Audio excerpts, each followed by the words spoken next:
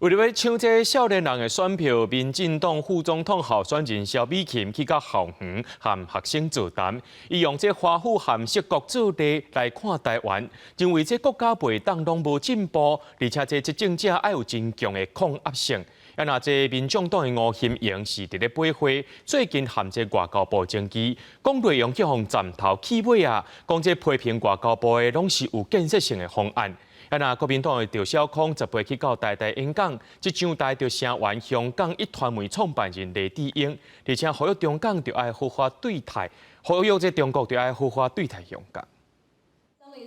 大洲校园争取少年人的选票，民进党副总统候选人萧美琴19日来云林好美科技大学和学生座谈，分享主美时期按实国看到的是按失败内底找成功的解放。因我华府是政经中心，无用阮失败。反思台湾每一个公共政策拢有风险存在，不过国家袂当因为安尼都来动点。我们每一次想要进步，一定是有人高兴，有人不高兴。不管是改革也好，或者是政策也好，那不高兴的人，这个声量就很大，因为执政者压力都会很大，所以每个执政者都要有很强的抗压性。日前，民进党副总统候选人吴欣盈参加联合国气候变迁大会。回国了后，讲活动和中国主动打压，控诉外交部是断交部，引起议论。19日又搁呛讲外交部哪得开旅行社？这一次去的感觉就是像外交部在开旅行社，只是在一些台湾 Climate Action 的这种光板旁边拍照，可以去不能发言的议员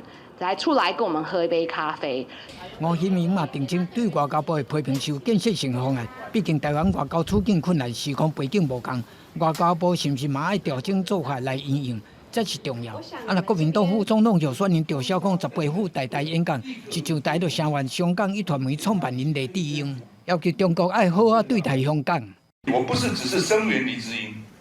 我认为北京要善待香港。你这样对待香港，凭良心说，我都不愿意去香港，我也不愿意去大陆。